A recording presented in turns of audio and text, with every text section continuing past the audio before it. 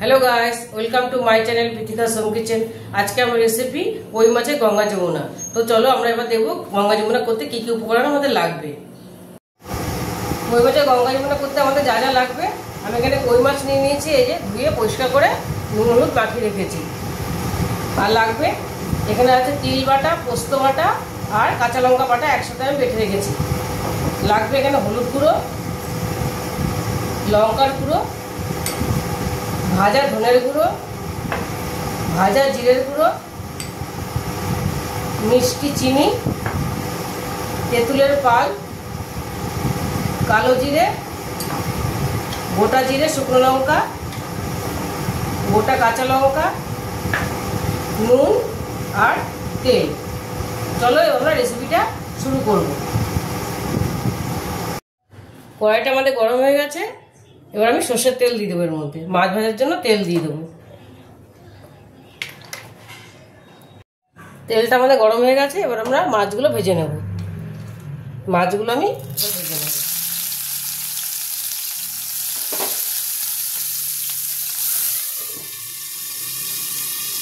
মাছগুলো আমি লাল লাল করে ভেজে তুলব। দেখো মাছগুলো আমি ভেজে তুলে নিয়েছি ভালো করে। এবার আমি গ্রেভিটা রেডি করব।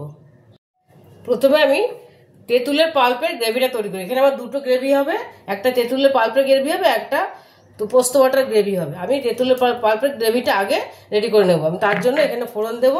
তেঁতুলের পাল্পের গ্রেভির জন্য আমি ফোড়ন দেব একটা শুকনো লঙ্কা আর গোটা জিরে।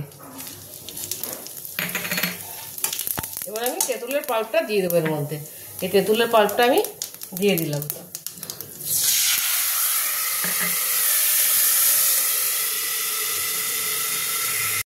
এবার আমি এর মধ্যে দিয়ে দেবো নুন, সামান্য নুন, অল্প লঙ্কার গুঁড়ো, হলুদ গুঁড়ো,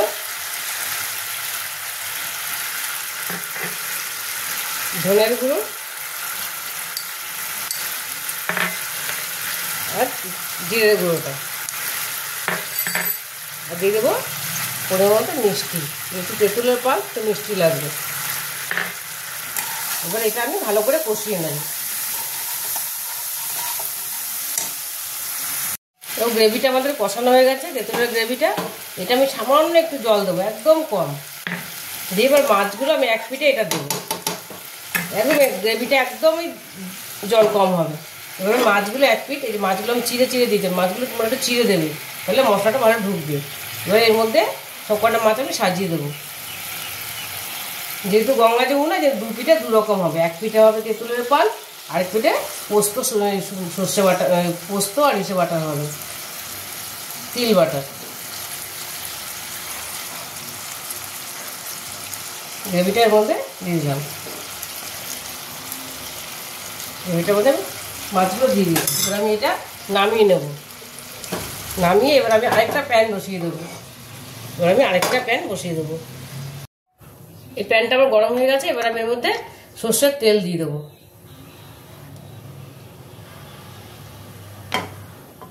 এবার আমি সর্ষের তেল দিয়ে দিলাম। তেলটা আমার গরম হয়ে গেছে। এবার আমি কালো জিরাটা ফোড়ন দিয়ে দেবো। কালো জিরা ফোড়ন দিয়ে দিলাম। এবার আমি এর মধ্যে দেব সাদা তিল, পোস্ত আর কাঁচা লঙ্কা বাটাটা।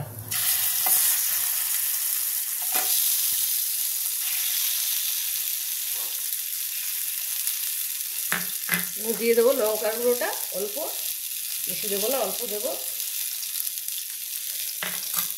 হলুদ গুঁড়ো,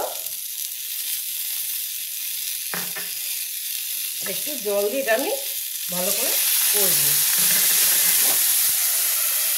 এটা আমি ভালো করে এবার কষে নেব।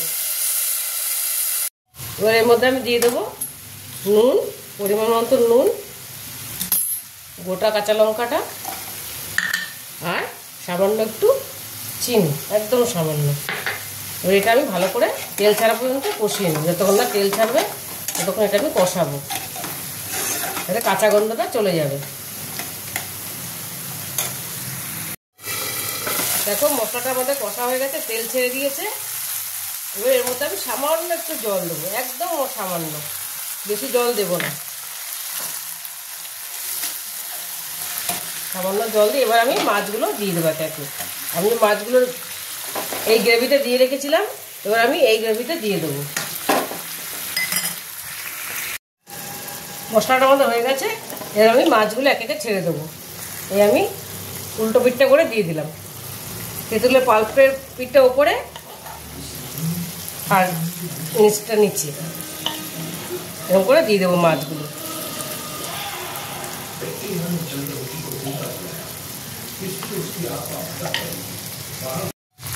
কই মাছের গঙ্গা যমুনা আমাদের রেডি হয়ে গেছে। দেখো কই মাছের গঙ্গা, এবার আমি প্লেটে, এবার একে একে প্লেটে আমি তুলে নেব।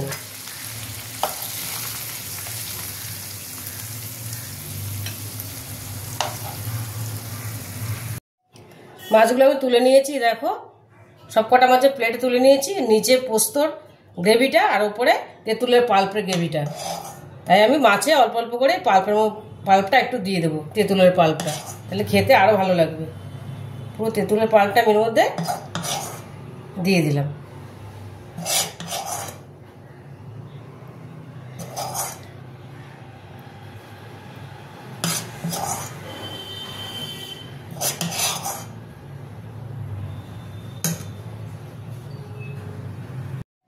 দেখো কই মাছের গঙ্গা যমুনাটা আমার রেডি হয়ে গেছে, দেখতে কি সুন্দর হয়ে গেছে।